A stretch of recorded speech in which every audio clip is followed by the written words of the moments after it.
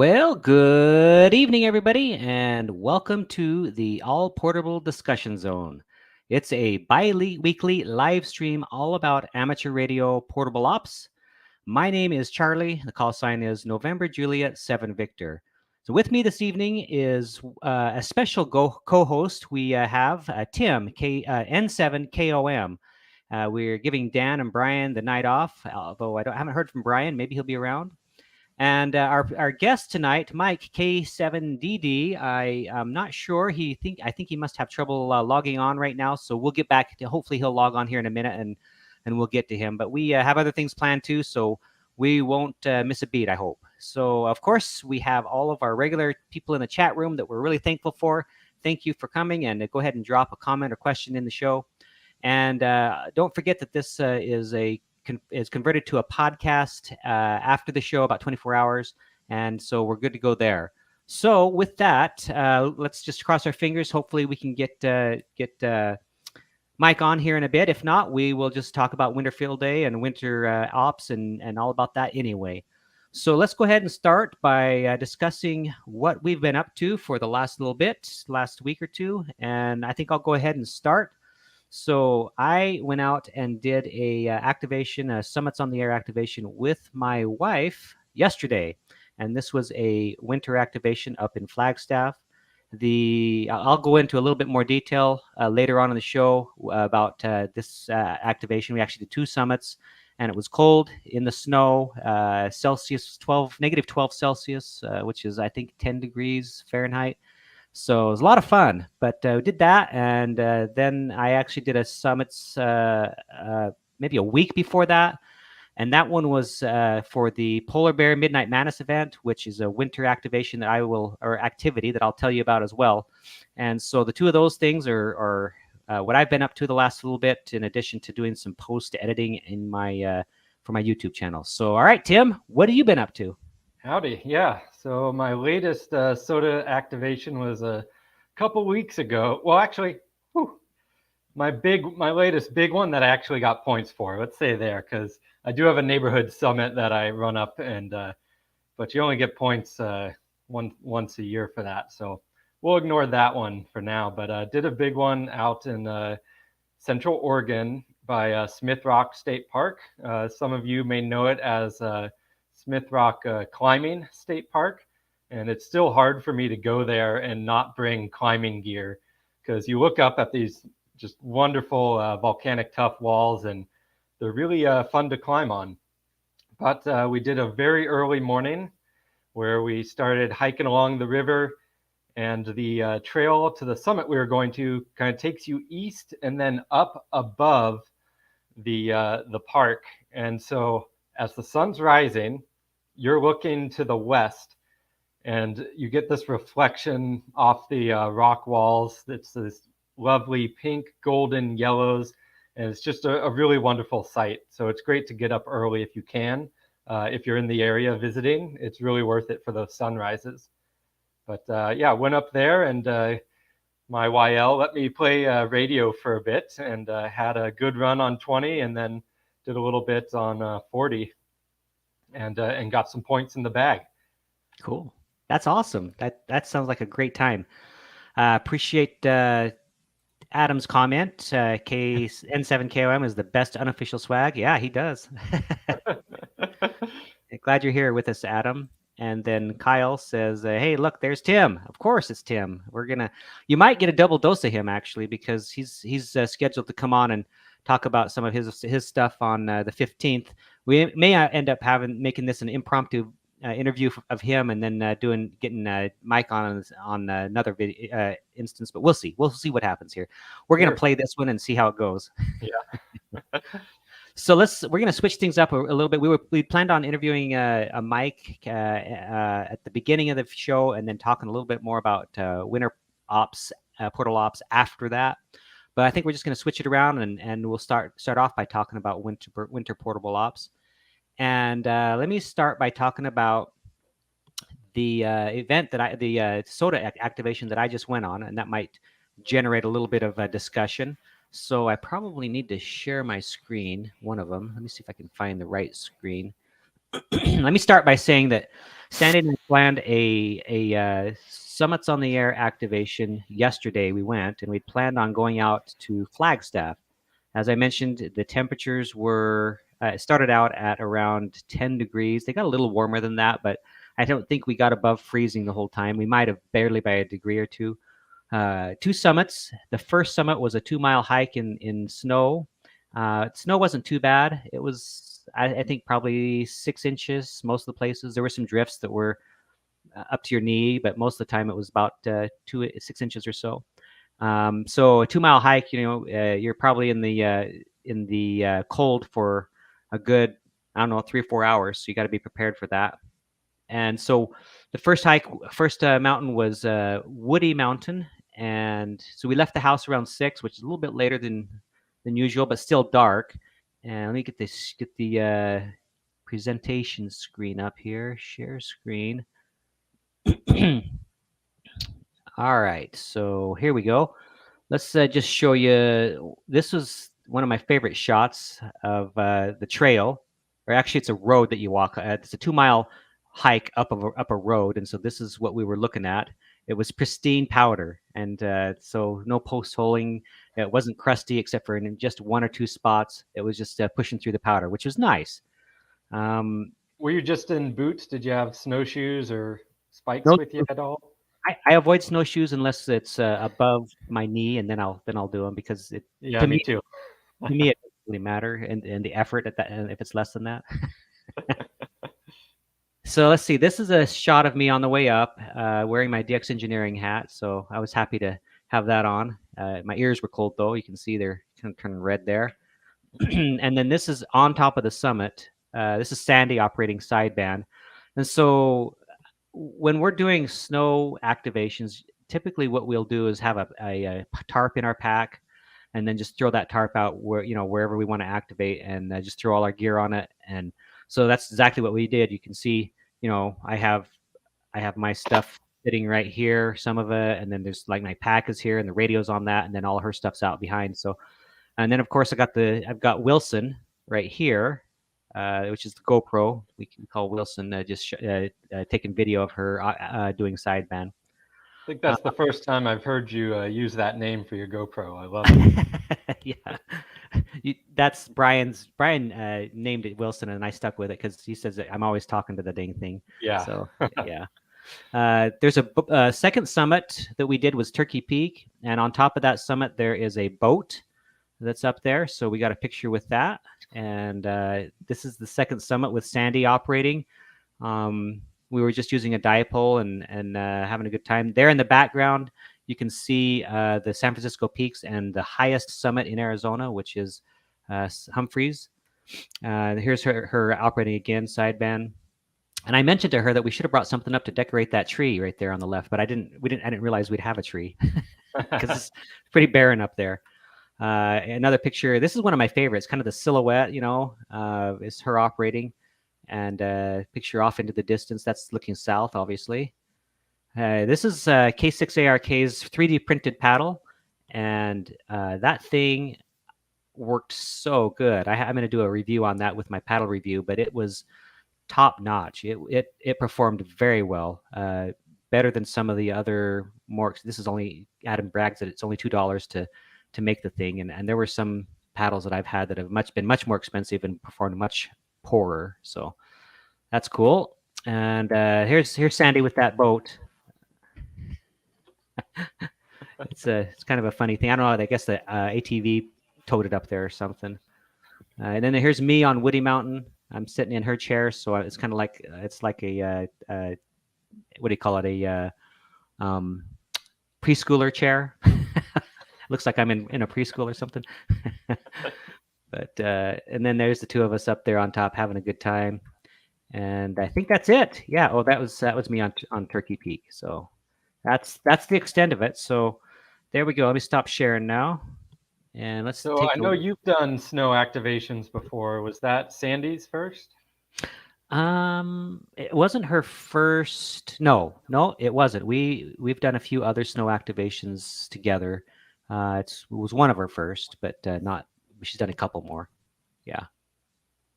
So let me go ahead and check out. Should we look at some of the comments here and get caught up with that? Let's see. Just a lot of welcoming at this point, and then we have. Let's see.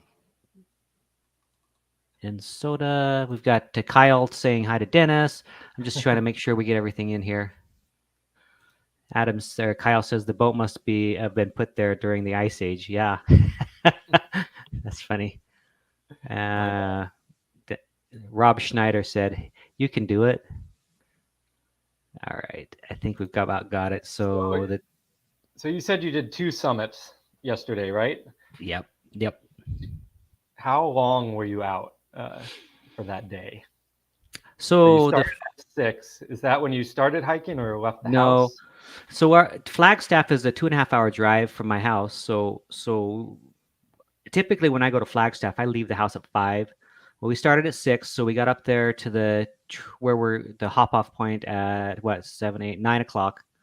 So 6, 7, 8, yeah. So we were outside starting at 9 o'clock, and then we got back to the truck right around 1-ish and had to drive over to the second summit. So that was about 30 to 45 minutes to the second summit, then back out of the truck, operating again until I think we got back to the truck around 4, and then headed to get something to eat. So I don't know how much that adds up to, but it's a good chunk of the day. Yeah, really. So you're grabbing those winter bonus points there. If you were to do that not in winter, how long do you think it would have taken you? Hiking time is really what I'm kind of getting at here. Yeah. We definitely, I would say, our hiking time at least probably doubled. I mean, that first summit, it was a road, like I said, so you can walk that road 2 miles. It's a full 2 miles. You could probably walk it in an hour easily. But we were probably, I would say, 2 hours almost, maybe an hour and a half, 2 hours to get to the top of that. So 2 hours both ways, so hour and a half, 2 hours both ways. So it definitely it's significantly more time when you're in the snow for sure. And Sandy made the observation, in addition to it taking longer, it's just exhausting. It just takes more because you're stepping different, right? You're not stepping the same way, and I mean, the stuff, right? What are some of your experiences with it? Yeah, definitely for planning an outing, it's a lot different than spring or summer or fall even. I find that I'm just carrying more gear to start with, and part of that is planning on being out for a lot longer, whether it's a slower hiking pace or just there might be other obstructions. In the fall and winter when we get these big storms, trees fall down and sometimes block the trail. So you just kind of got a plan to do a harder hike, even if it's something that's a bit shorter, and plan for being out a bit longer. Part of what goes into that is I'm bringing more jackets or a bigger jacket to stay warmer. Sometimes multiple sets of gloves. Definitely have a headlamp just in case getting caught out after dark, because the other big thing to consider is shorter daylight hours in winter. And not everyone does, but depending on kind of what the scale of difficulty of the hike is going to be, having like a turnaround time, if it's an objective that's way out there and maybe your pace is a little bit slower, or you're with a partner that's going a little bit slower and you're just not making the time that you were planning on, having that turnaround time where like, hey, we're not at the summit, we're moving too slow, we need to give up and I don't want to say give up, but it's time to turn around and make it back while you still have daylight and stuff and such, rather than kind of forcing yourself into a night hiking situation if you're not prepared for that as well. Yep, for sure. I'm just trying to get Mike. Mike is in the chat right now and should be in here talking to us. Check your email, Mike. I'm just popping that into the message here. So Mike says, nice views of the hilltop. Nice to see you here, Charlie. What radio are you using? So Mike, I'm using a FT817 on this scenario because we have Sandy that is doing sideband, so that's why we're doing that. But if you could check your email, there's a link to StreamYard where you can hop in here and join our discussion if you would. Appreciate you being here, though. So the next thing I wanted to talk about. Well, what else is there for you, Mike? Tim? Did you have anything else before we move on? Really just kind of around different planning, and we can get into kind of radio specific gear when Mike jumps in here too, because I'm curious to hear his thoughts, especially with the freeze your butt off contest and right, kind of the context around that for winter operating gear wise. I would say you're laying a tarp out on the snow is such a huge tip for snow activating, because that's really can kind of be a catch-all if you're using something where you have to change adapters or connectors and you drop something. If you drop something in the snow, you might not ever see that again.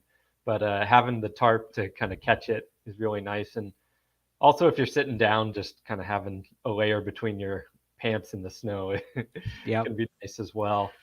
Yep. Two things on that. One, there was an activation I did a few years ago where the snow was up to my thigh in some places, and the place that I chose to do this to do the activation, I actually laid it down and then just kind of hopped out, onto it in the snow and just kind of spread out. But it was a nice little chair for me.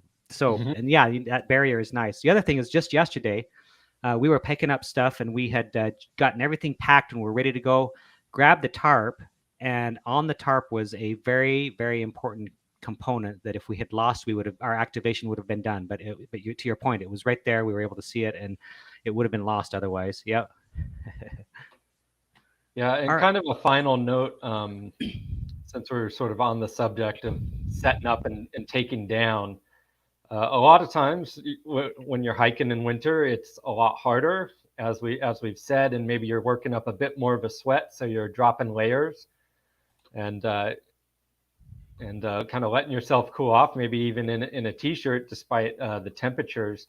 But it's really important to be mindful of when you get to your destination, taking care of yourself first. So whether that's putting on more layers, maybe giving yourself the opportunity to have a snack, or if you brought a hot beverage, taking care of that, just to kind of keep yourself warm. Don't just jump on the radio right away. Like, give yourself an opportunity to stay warm, take care of yourself, make sure your energy levels are well before you actually start calling CQ. Yeah, for sure. In fact, Sandy and I did take a little stove, and we were planning on doing some tea or something up there, hot chocolate, I think she had.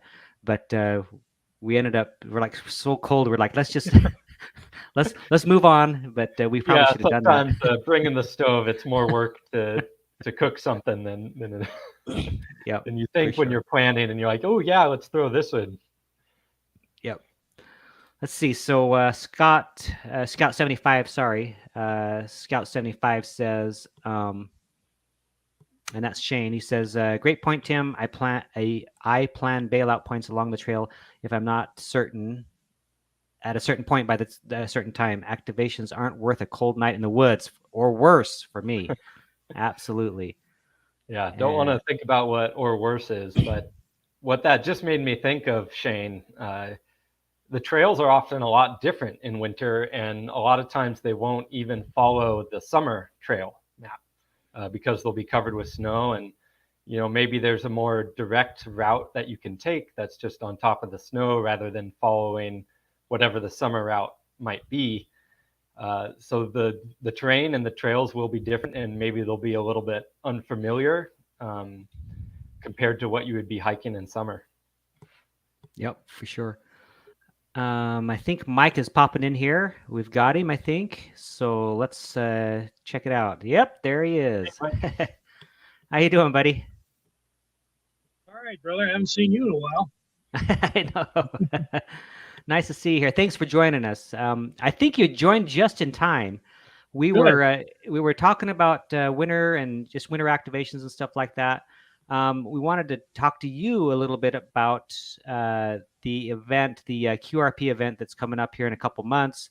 And in fact, there's a comment in here. It says, "Freeze your butt off, Winterfield Day."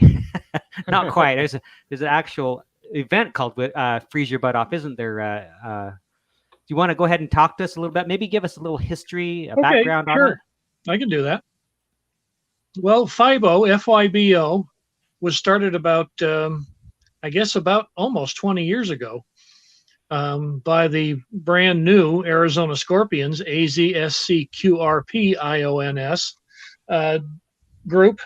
And it has a lot of Hall of Famers that got it started from the QRP community. Anyway, they decided, let's go do something at the different time of the year. So thus, FYBO was decided. And the whole idea was to get people out of the house and out someplace playing radio. And it's had a life of its own. There have been people that have reported temperatures of minus something or other Fahrenheit.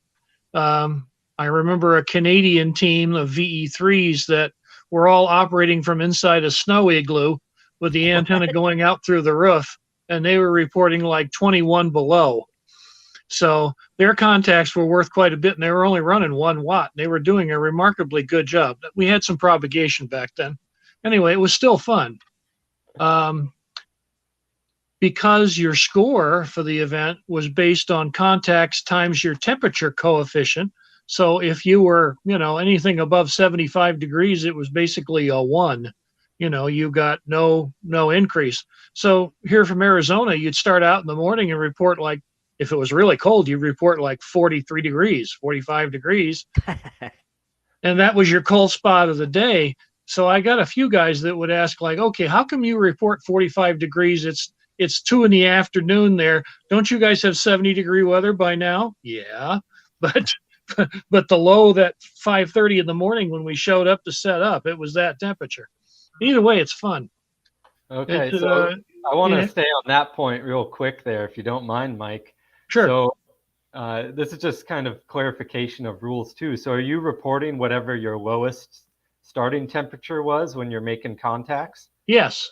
Okay. So if you're reporting your name, your zone, your location, Arizona, for example, and your power and your temperature multiplier. So typically we would report something like, K7DD Mike, Arizona 59 or 559, and then whatever the temperature coefficient was, like 70 degrees if it was a nice warm day. If it wasn't, it's liable to be 45. So, but yeah, and it's all part of what you use for your eventual scoring. There's also a power level score too. So you get a multiplier for lower power levels. Had one year where a guy got 46 contacts made with 72 milliwatts. And I was amazed that he did that well. Of course, that wasn't exactly out here in the boonies. It was back east someplace. And I was very surprised that he did as well as he did. So yeah, there's it's a still guy fun. Mostly CW. We've had some people that have gone and done sideband, but not very many. Most everything is Morse code. There's a guy in chat named KD2YDN Ruckin Radio. He says, finally, it's some benefit to being in upstate New York. The freeze your butt off. Yes, sir. Yes, sir. You can go up there and just freeze your buns off, literally. Yeah, it's. I had a friend that was living there. Interesting enough, to show that you never know when things are going to raise their head and go, Murphy is always a visitor. And one particular year, I dragged my TS2000 out there and set up, and I couldn't figure out why I was calling and nobody was answering me. And as it turned out, my drivers in the TS2000 died. So I ended up running home and picking up my 703 Plus and dragging it out to the bench and firing it up. Guess what? The driver died in it. I couldn't believe it. It was like, all right. But I didn't realize it until I'd already made 2 contacts at 50 milliwatts. Yeah, that's crazy. One was in New York and one was in New Mexico. Oh. So, wow. So we have one of our friends in chat right now. He made a comment. His name is Gus. And hi, Gus. Whiskey 9 Sierra November. And I know this is true because I was trying to chase him. He operated from the North Pole 5 watts, negative 60 Fahrenheit. So he was QRP CW at negative 60. Too bad that didn't fall on the freeze your buns off event, huh? I was going to say he deserves a giant attaboy for that one. Yeah. Yeah, that makes my knuckles hurt thinking about those temperatures. I know. Well, even yesterday, I couldn't get my hand to function at those temps. That's crazy. Yeah, just yesterday, my fingers were numb from operating because I couldn't find my gloves, and when you're in the middle of operating, sometimes you don't have time to like stop and go look for stuff, and I'd set my gloves someplace else, and I'm just like, oh, forget it. So I was barehanded in those temperatures, the first one, and it was by the end I was like. Yeah. Amazing how it doesn't take very long to suddenly make you realize, hey, maybe I shouldn't have done this. Yeah, exactly. The good part was you were using plastic paddles. Had they been metal paddles and gotten really cold, you might have found them sticking to your fingers. Exactly. That's right. Cool. Okay. Well, so what else is there for the? Okay, let's see. FYBO is always the first Saturday of February, which is the Saturday before Super Bowl. So you can FYBO on Saturday and still Super Bowl on Sunday. Okay. And this year, I'm hoping to get Winter Field Day over with, thanks to COVID screwing everything up for the last couple of years. Why, hopefully we'll get both FYBO and Winter Field Day done. I was going to go out to my usual haunt at the White Tanks Park, but unfortunately, West Valley Amateur Radio Club has 3 sites out there reversed, and they're going to set up 100-watt stations out there. So I don't think I want to go out and try and compete against them. So I'll find someplace else to go land. Yeah, for sure. I don't want to do that.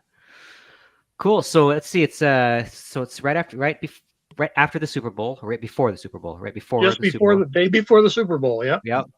And is it a QRP only event, or you said power's involved? So. Well, it is primarily a QRP event, yes, because you get power multipliers or multipliers for your power, anything below a watt, and then in 1 watt increments up to 5. Unfortunately, our webpage that used to have all the rules and stuff apparently has taken a nosedive somewhere, and so I'm still trying to figure out what happened to that, but we're working on it.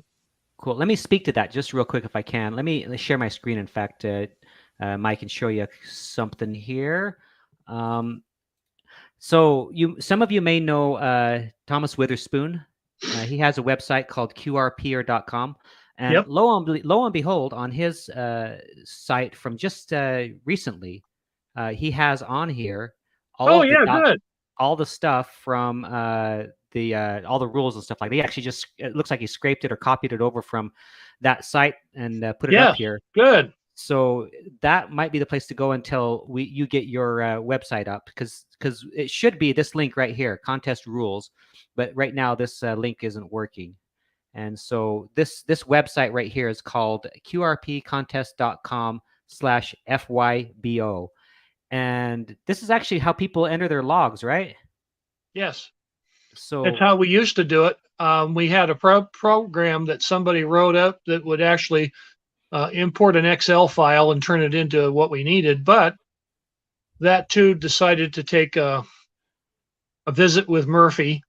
Yeah. And so now we take paper logs, and I'm, as usual, again, accepting the paper logs. So hopefully we'll get a better job of getting certificates and stuff out. Okay. Which the first year that I did this, that's what we did. I took all the winners and participants, and everybody got a nice little piece of wallpaper to hang up. Very cool. That picture, by the way, is Dr. Megacycle. That's his moniker anyway. Professor of physics and all kinds of other stuff and electronics. And that's at Cedar Crest, New Mexico, on top of, 6,700 feet on a mountaintop. He and another fellow went up there and took their gear and did freeze their buns off. As you can see, he's looking very tropical there, as I like to. Yeah. Well, so let's talk a little bit about then participation. So if somebody wants to participate, then they should log it, and you're taking paper logs, or else they could do an electronic log and then print it out. What should be in their log? Call sign, signal report, location, or name, state, province, whatever. The power level and the temperature. Okay. If you don't send, let's see, if you don't send a location, you can send your name. No, yes, if you don't send a location, just send your name anyway. It's been a little while since I've actually done the logs, so I hate to sound this arbitrary, but the rules used to be on the website, and I'll try and get that updated so we have something to work with. And so the exchange then, like if I were calling, if you were calling CQ, CQ CQ5O. CQ5O, DE, K7DD, then I would send back, and would you send you like UR 579, like that's the first Arizona. thing. Arizona, so it's the RST, the location, your name, the name Mike, and then Mike. If you want, you can send the power level, and then that will give us a confirmation of what you were actually using for it, and your the temperature. Temperature is always the last thing. Yeah. So do you need the temperature of the receiving station, or just yourself?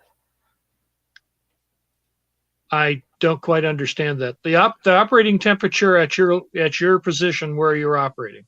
Okay. Yeah. Yeah. So I was asking if someone was responding to the CQ and they were in their nice warm house somewhere, they wouldn't have to say what their thermostat was set at. No, they just arbitrarily say something like 75, and we're gonna when you submit your log, hopefully you send along a couple of pictures if you have them, but the log basically describes your operating position and where you were, and from there we go. It's the scoring system is number of Qs times the power multiplier times the temperature multiplier, and that's what you get for a grand total. It's not high level competition. It's not the CQ worldwide, so you don't have to pursue it at that kind of pace. So I have it up here, Mike. So it says workstations once per band. So you can do each band. You can work them again. It sounds like. Yes. So once per band, and then the exchange is RST, state, province, or county, and then first name, power output, temperature. So this is an example right here that we have. Yep. And then here are the multipliers. There's what's SPC stand for? Oh, it's state, province, country. Okay. And then there's the field location is times 4. So what does that mean? If you're outside, you get a multiplier of 4. Okay. If you're inside, you don't. Okay. Alternative power. So if you run off of batteries or solar power, that constitutes alternative power. If you operate less than 1 watt, then you get QRP with PP, which is good for a multiplier of 2. Okay. And of course, then it says lowest temperature operating position. Right. So now it says on here, contacts with NQ7RP are worth an additional 100 points. That has to be amended because our license expired. Okay. So it's not an active call at the moment. So I guess we can substitute my call sign. K7DD. So if you work K7DD instead of that, you get an extra 100 points. Very good. All right. Per mode, per band. Real quick before we keep scrolling down, Charlie. So you said there's a multiplier for being in the field and not inside. What about inside a tent? No, that's still outside. Okay. Yeah, if you're not in hard walls with heat and, sitting there sipping hot toddies while everybody else is out there sitting on an ice block. Sure. I don't care if it's inside a tent or not. It's still cold. So, yeah. Okay, so there's a question in the chat from Vince. By the way, Vince, glad you're here. We appreciate it. Vince, VE6LK, he's from, he does the Workbench podcast. So anyway, Vince says, what logging software is suggested for this event? there is no logging software that actually scores it correctly. I've approached N3FJP a couple of times and asked him if he's considered doing something, because he makes a log for the ARCI events. But he said, if I did it for every smaller club's event, I'm not sure I'd have enough time to keep up. So I know one year somebody wrote a format in N1MM and brought his laptop out, and it worked very well. But I don't know where that, plug-in is, and I don't know if I could find it from the guy that actually did that. I don't know if he still has it. That was probably 10 years ago. Yeah. Okay. Tim, do you have any other questions for Mike on this specific topic on the freeze your buns off? I do. Just kind of clarifying stuff. And is it permitted bands and modes? I mean, you said it was mostly CW. Any band pretty much? Maybe not. Yeah, just no work bands. Yeah. All right. Which is unfortunate, because I kind of would almost rather we could use 30 meters, because then you could avoid any contests and stuff that were on if you wanted. Oh, that's the other thing. FYBO usually happens on the same weekend as 3 states of QSO parties, I believe. I think it's New York. Anyway, New York and 2 others, I think, have their QSO parties on. And so if you happen to work them, count them as a contact. They heard your QRP signal. They'll probably be confused about this exchange, but if they ask, just go ahead and fill in the results. On sideband, that part of it is easier. Sure. So kind of along that, with the maybe confusing exchanges, and it is, it's a portable event, so we're trying to encourage that.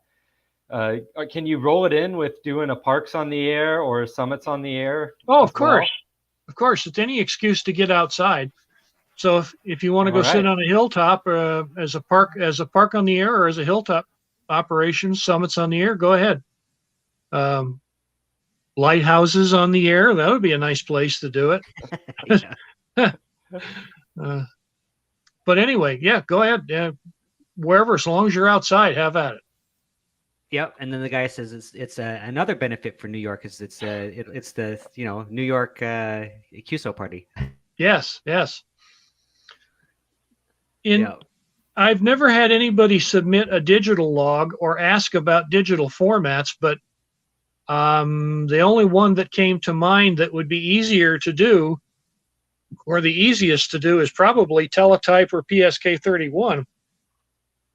But I've never had anyone even submit a log, or it's hard enough to get guys to operate CW, let alone anything else. Yeah. So if you don't know CW and somebody wants to learn, I'll be glad to help you. I've given away over 1,000 discs over the years at the local HRO store that has a bunch of stuff on it to help you get through it and be successful. So, yeah, cool. Anything else, Tim? Yeah, just kind of one more. I'm really excited for this contest. To tell you the truth here, Mike, I love operating out in the winter, and I do mostly summits on the air and get those winter bonus points. But I haven't done like an extended period of time operating like this. So me neither. How long does the contest last in terms of duration? And do you have any tips for a first-time participant to have a successful? It starts at 7 a.m. and basically it ends at 5 p.m. So it's whatever it is. That's Arizona time, right? Arizona time, yeah. So I don't know what that turns out. It turns out the end is 000 GMT. So right. So 1500 Zulu to 0000. We used to have on our page, it used to say, remember, this is not an episode of Survivor. So you don't have to quite take it to the extremes.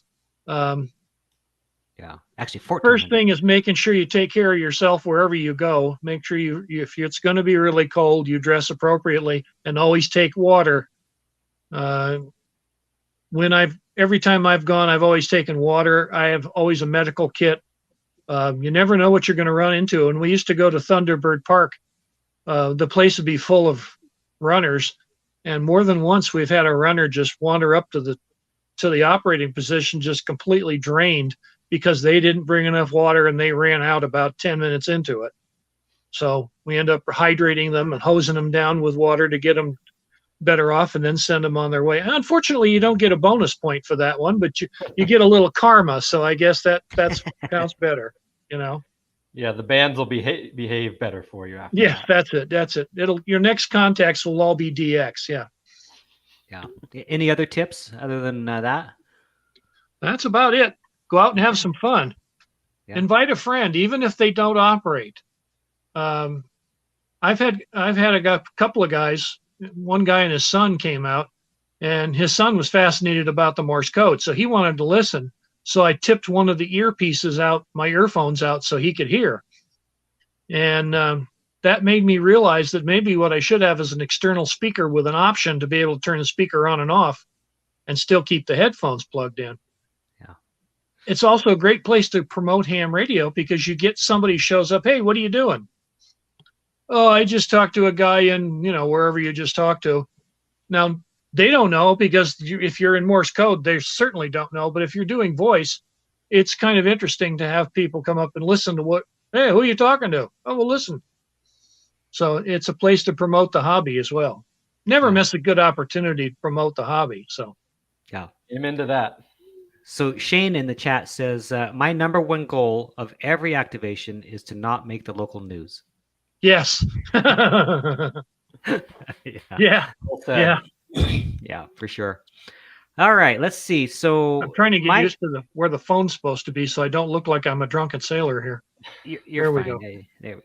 So I think that about covers the freeze your buns off event. Okay. But let's take a few more minutes. We want to still talk about just winter operations too, but I wanted to give you an opportunity, Mike, just to introduce yourself a little bit and tell the group a little bit about your background and what you do right now. Okay. Well, I guess I'll give you the Reader's Digest version. The long version is on QRZ.com as my bio. But I grew up in Connecticut, and I had two uncles who were both hams and another one who was an electronics junkie that always influenced me because they were always in their basement doing something. And my father was of all the brothers, my father was the one that was the mechanic of the group. So he wasn't the electronics one of the bunch. But still, I was always interested in everything. So naturally, I was drawn to ham radio.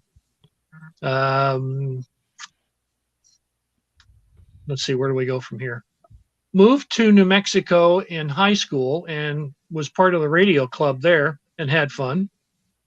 So I'm operating in 5 land with a 1 call.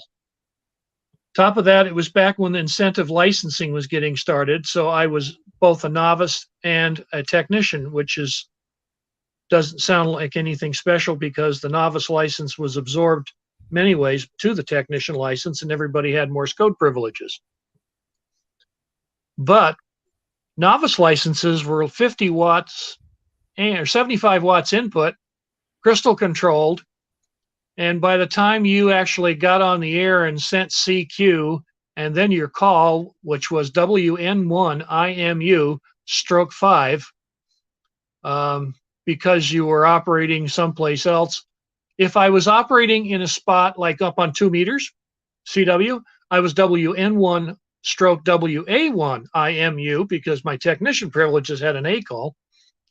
And stroke 5 at the end of it. So, well, on the HF bands, the bands could change conditions by the time you just send your call sign. So that made it a little challenging. Still was fun. Moved to New Mexico to Colorado and became WB0 GMF. Really wanted to get my extra. In 76, I finally bit the bullet. Took me 3 tries, but I got it. And I've been licensed ever since. And I'm primarily a CW operator. I've done a little of everything. Satellites back when. Digital, did teletype originally and then moved on to other modes later on. Teletype the old-fashioned way with the mechanical printers, which was always nice. We lived in a 4-plex, and I'd turn on the old printer and it would go chunk, chunk, chunk, chunk, chunk, chunk, chunk, chunk, chunk. And the next door neighbors would come over and go, "What are you doing? I can't get any sleep over here." Yeah, but 40 meters is open. Anyway, it's always been a fun hobby. I worked at CW Electronics in Denver for a little while, and worked in a big CB shop up there for a while before I went to CW Electronics. Came down here. I started with HRO in 1975. Excuse me, 95. Started in 95 with HRO, and been there ever since, part time. So I think they're gonna bury me in the back room somewhere at someday. I don't know. I always know how to get a hold of Mike. I just call HRO. He's there. That's it. And I'm usually the first guy you see when you come through the door, so you can't miss me. Yep, for sure.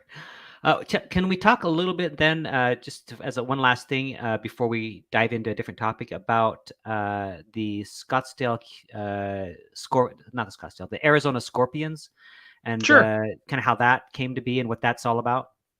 Well, originally, like I said, it was a group of the NorCal guys, the Northern California QRP Club, which is sort of in its day was the big kahuna. That was where everybody QRP came from or was a member of. And one of those was Chuck Adams, who was Mr. CW. But we had a lot of guys, mostly Honeywell engineers and stuff from here because they just wanted to do something different. So we got a number of people who were retired engineers, retired professors, whatever, that decided they'd gotten into the hobby and they wanted to do something different, and QRP offered a bonus. When the Hamfest in Fort Tuthill was running, they always had a booth up there, table, and that's where I met the guys from the club. And we got to talking, and they were sitting around with a K1 and something else on a table. And I said, "Oh, isn't that cute?" Somebody had an Altoids tin radio, or a Tuna tin 2, which was a radio transmitter built on an upside down tuna fish can. And I could hear them out in the parking lot on the second harmonic because there was no filtering in the output. Anyway, it was still fun. Used to do a lot of things, but that's where the group got together and started having very informal meetings over at Fuddruckers. And by very informal, all you had to do is say, "Can I be a member?" And you said, "Hold up your hand. You swear you're going to be a member?" "Yeah." "Okay, well then don't embarrass us. Get on the air." And they'd give you a pin that said, "Here, welcome to the Scorpions." Yep. And we're still very informal when it comes to that. Membership has slipped away with time. People moved away. Some went silent key. And turns out our favorite restaurant got closed here about 3 weeks ago. So now we're looking for a place to meet. Yeah. Anyway. Well, so that's, but when it comes to the club, I would say that if I ever wanted to know anything or needed any advice or direction in ham radio, that's always the place I go. And that's why I am a part of the organization, because every once in a while I have a question that I can't find anywhere else, and the knowledge base of this organization is just incredible. So I'm happy to be a part of it. Yeah, that's another thing. It's one of the reasons why I joined the club is, they were centered around building both electronically and antennas and stuff, and sharing of knowledge. And it was a great walking, living reference to all kinds of things. And so I've done a lot, but not compared to some of the guys that are in the club. Yeah. So that was what always been a draw for me, and it's helped keep other people interested in the club and in QRP. Yep, for sure. Cool. All right, Mike. Well, if you'll stick around, if you could, we'll let's transition to some other topics, and we'd love to hear your input. Okay. We have 10 minutes or so. We can probably go over a little bit. But Tim, what else did we want to cover here? Do you have anything else? I kind of had some notes about gear, radio, and winter or otherwise that we could chat about. Yeah, that'd be good. Yeah, it's something that you reminded me of, Charlie, with not wearing any gloves and getting your hands cold, is possibly bringing multiple pairs of gloves for a winter activation. In May of this year, I went out to activate a couple summits kind of on the flank of Mount Hood, and I was expecting it to be chilly, but not too cold. But what the weather ended up being was I was in the clouds the entire time, and it was just dripping off the trees, and I got really wet. And I brought along 2 pairs of gloves that were new to me, and they were more light summer hiking glove, cycling gloves sort of things, and they weren't waterproof at all. And so by the end of my second summit, my hands were just freezing because they were wet, and it wasn't necessarily a very cold temperature, but it was wet and windy up there, and I didn't have a third pair of gloves to get my hands warm again. So that's just kind of something to keep in mind as a consideration for these winter activations. Expect to get cold. Yeah. One of the things that I pieces of advice I told Sandy or offered her when we were getting ready was that when you're starting to hike, when you first start, you're going to be cold, and if you layer up a bunch, then you're going to take off a bunch probably 15 minutes later. And then when you take it all off, then you have to stuff it in your pack and find room for it. Then when you get on top, then you're going to want to put it all back on because you stop moving again. And so it's kind of interesting, the whole management of heat and staying warm thing, not just the gloves, but also just everything that you take along, you got to consider. Yeah, it's important to start cold is kind of the mantra, because you anticipate your body warming up with the physical exertion of hiking. And another thing I thought of from that activation there, where my hands were too cold, I had taken my hand warmers out of my medical kit because it was summertime now. I was like, I don't need to be carrying these. I can refresh the kit a little bit. Whoops. Yeah, for sure. Let's talk a little bit about radio then too. You mentioned the gear, you mentioned the gloves. You said also we might have some radio stuff that you wanted to talk about, like the types of radios. Is that what it was? Yeah, we can go into. I guess it kind of where I'd like to go with this is more radio management in cold weather. And especially for something like the freeze your butt off contest, where you're maybe operating for a couple hours. Mike, I would love to hear your tips on, keeping batteries, keeping the radio on really. And, whether it's power management or just operating in adverse conditions potentially, and mass as well for keeping the antenna in the air. I know out here in the Pacific Northwest, where it does get a little bit wet with our chilly weather, you can actually get ice on your mast, and it can be a problem when you're trying to take down the radio to pack up to go home. Yeah. What do you think, Mike? What do you use? Oh, it looks like we may have lost Mike. He's very stoic. He is. So, Mike, if you can hear us, you might want to log out and then log back in, because you're frozen and we can't hear you, either one. So, well, in the meantime. Yeah, I mean, we can throw it to the chat room too. Like, typically I operate with the KX2 and an NFED random wire, and I use the little internal battery on the KX2. But for people who are doing these kind of longer activations, I'd love to hear kind of what they do in terms of battery management, power management, and really kind of pacing yourself too. I find after an hour of Morse code, my copying gets way worse, and even my sending too. Yeah, me too. I just done an activation before, like I mentioned, we did this one yesterday, but the week before when I did this other activation, I decided I was only going to take a 1 amp hour battery, because I'm only going to be up there an hour at the most. It's 5 watts. And I took it up there, and I probably got 30 minutes out of it. And then as I was sending CW, so I was sending CQ, it just died on me.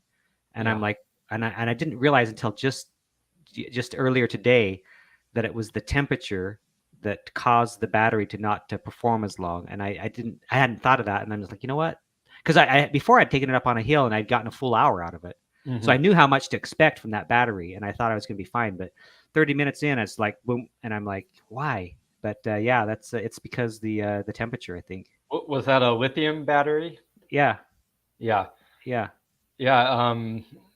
Along that too. I mean, you know this from doing the YouTube stuff and taking the GoPros along, but I do so much stuff in the winter. I learned really early on that I just had to take extra GoPro batteries with me because they do not last very long in the cold temperatures.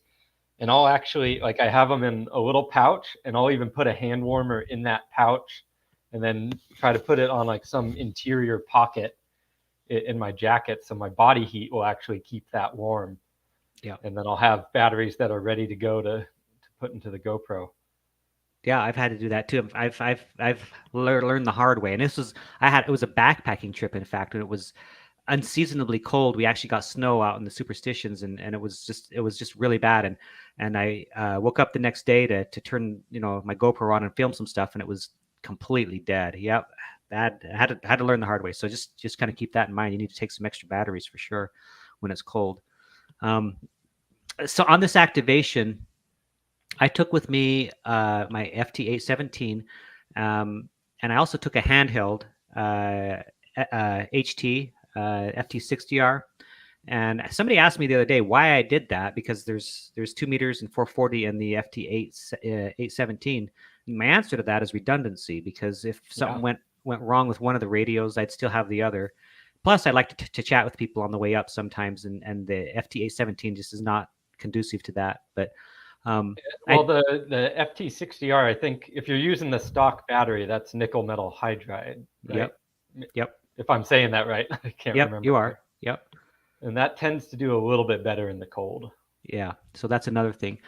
But while we're talking about contests and activities, and while I'm on this activation I was talking about with this a week ago, this was for an event too, and the event is called the Polar Bear Moonlight Madness event. Oh, I'd love to hear about this.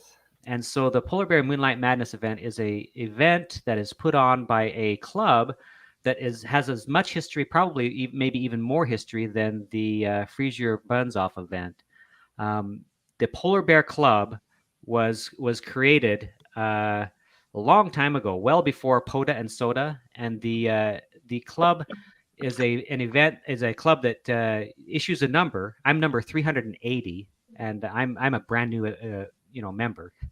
But this organization I think they started in Canada, and the idea is on the Saturday closest to the full moon in the winter months is everybody who's a polar bear gets out gets outside and operates, and it's a really fun club to be a part of, because one of the things you have the number and you do the exchange, but also one of the main ways if you have another polar bear on the line is you'll hear in Morse code, because this is primarily Morse code. It's a QRP club as well.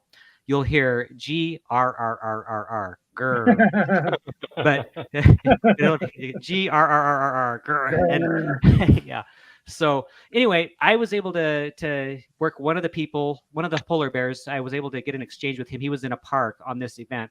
And like the Freeze Your Buns Off event, it's just an event to have fun, and you can do it. You can fold it in with SOTA or POTA, and there's an exchange for that as well.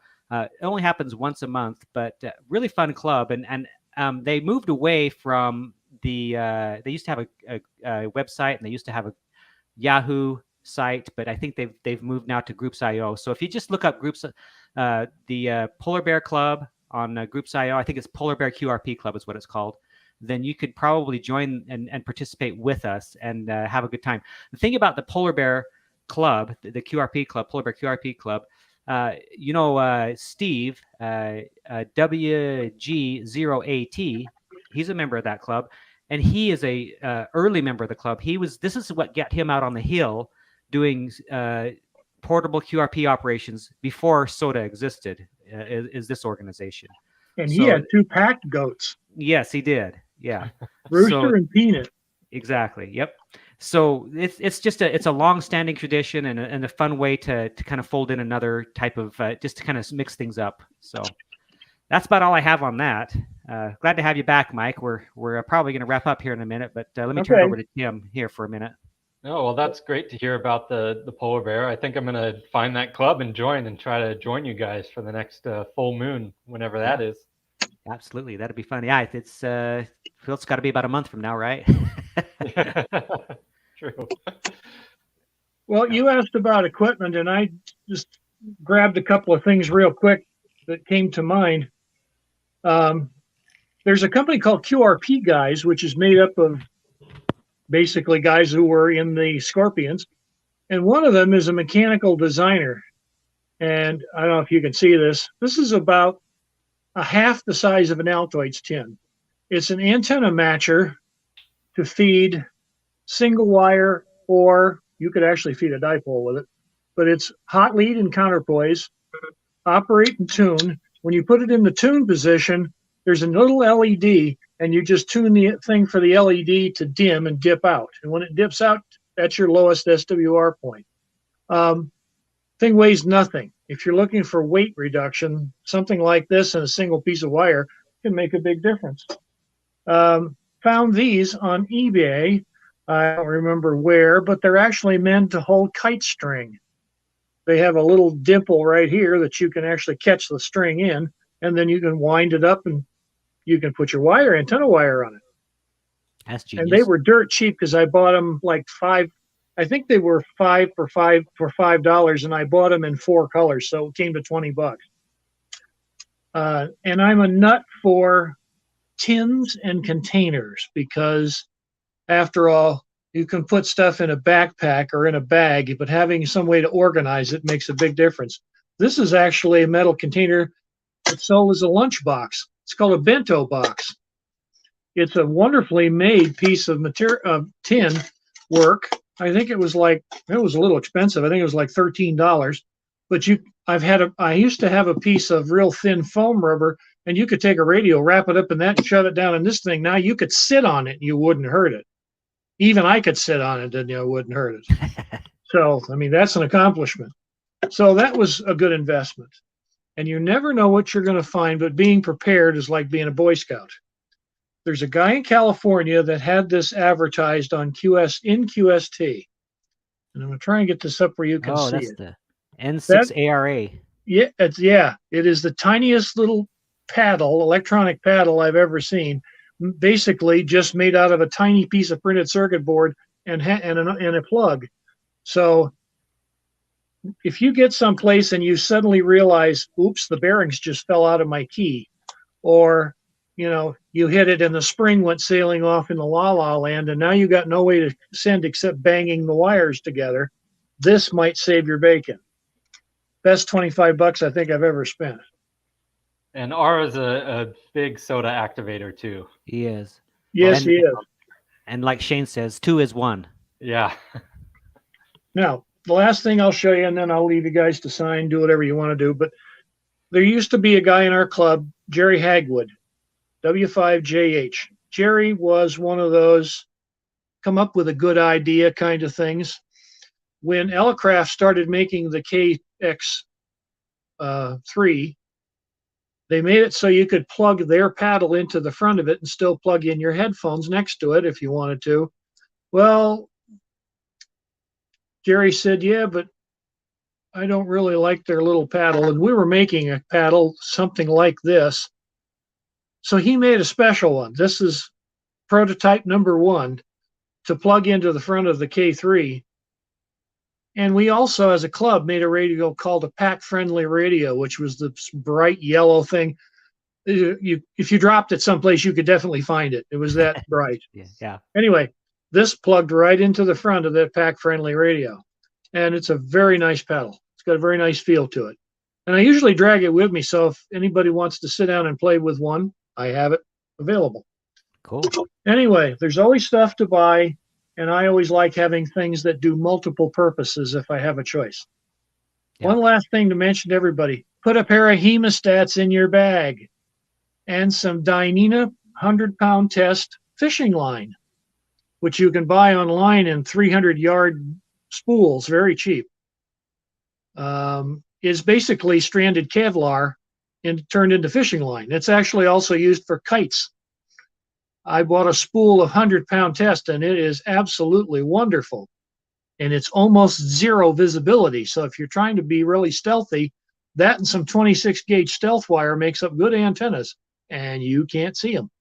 Yep, absolutely. So, cool. That's Those are all I've great. got. Besides, I hope to see everybody on the air, and maybe I can come back here when I finally have a destination for FYBO and let everybody know where I'm going, and anybody can join me if they want. Yeah, I think that'd be a great idea. We should have you back. Maybe we'll do that, and at the very least, I'll make an announcement. But yeah, thank you for the reminder to participate in FYBO. That would be great. Tim, anything else? Let's see. I just wanted to show off my antenna whiner from Adam K6ARK. That's my whole station right there, Mike. Wait, your whole station? Let's see again. Well, not the whole station, but my antenna with the whiner. You know, I actually like those better than the traveling, what are they called? Clotheslines that you can buy at Walmart for $3.99 and strip the stuff out and then put the wire inside and roil it up. That's a good concept, but they're really a pain in the butt to use. That's easier. Yeah. And I guess one more gear thing that I just thought of while we were going over everything is getting a dry bag is really useful, especially for operation. So my whole station goes in this and keeps the snow off of my radio. One sideline is that in the adventure radio, in the QRP community, there's a group called the Adventure Radio Society. The whole idea is to get your radio down as light, your whole station as a package down as light as you possibly can, and then go use it someplace. And then they have operating events a couple of times a year. Well, these guys are taking an entire 5-watt station, batteries, keys, and everything they need, and getting it down under a pound. Generally down in the grams where you measure everything by grams. It's ridiculous, but it works. You know, build a radio in an Altoids tin, and then have a little tiny key like this that plugs into the side of it, and then run it off a pack of dry cells. You know. Yeah. Yep. So, cool. All right, Mike. Thank you for being here, and Tim as well. Let me just we'll go around and give everybody a chance to have one last word. But I would like to say thank you to everybody who is listening and who will listen. I encourage you to participate in winter activations, portable winter activations. There's a lot of stuff out there that you can do. We've got the polar bears. We've got the FYBO. We've got Winterfield Day. All those are great. We've got the Adventure Club where you can get out there, as well as SOTA and POTA. You don't have to get on a summit. You don't even have to go into a park. There's plenty of other ways to operate if you want. And I just hope that you get out there and do it, because I found great joy in working on QRP in the winter. It's the extra challenge I enjoy. You know, the cold, it's a challenge you have to deal with, but I think there's ways around it. Let's go ahead to you, Tim. Yeah, I just want to say thanks, Charlie, and thanks, Mike. This was a lot of fun. And to anyone listening, if you have any questions about operating in the winter, feel free to reach out to me on email or my channel, and stay safe, everyone. Cool. Thanks. And then how about you, Mike, any last words? Nope, not much. Just thanks for having me here with the group, and look forward to seeing you all guys on the air. Cool. All right, everybody. Thank you so much for being here. Mike and Tim, if you can hang around just for a little bit after the live, we'll chat about something. And then the rest of you, thanks for coming, and we will see you next time. Bye-bye.